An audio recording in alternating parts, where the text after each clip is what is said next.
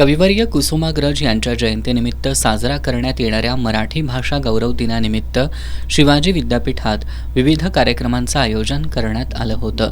मराठी अधिविभागाच्या विद्यार्थ्यांनी मुख्य प्रशासकीय इमारतीपासून वि.स. खांडेकर भाषा भवनापर्यंत ग्रंथदिंडीचं आयोजन केलं होतं.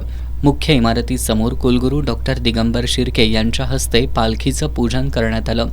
पालखी पूजनानंतर विद्यापीठ प्रांगणातून ज्ञानबा तुकारामच्या गजरात दिंडी काढण्यात आली.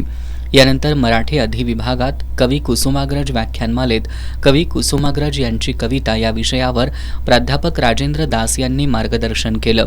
कुलगुरू डॉक्टर दिगंबर शिर्के या व्याख्यानाच्या अध्यक्षस्थानी होते.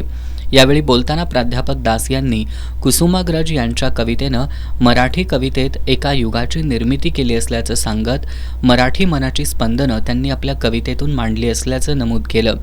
यावेळी मराठी अधिविभाग प्रमुख डॉक्टर नंदकुमार मोरे, इंग्रजी अधिविभाग प्रमुख डॉक्टर प्रभंजन माने, डॉक्टर अक्षय सरवदे, डॉक्टर दीपक भादले यांच्यासह विद्यार्थी उपस्थित होते.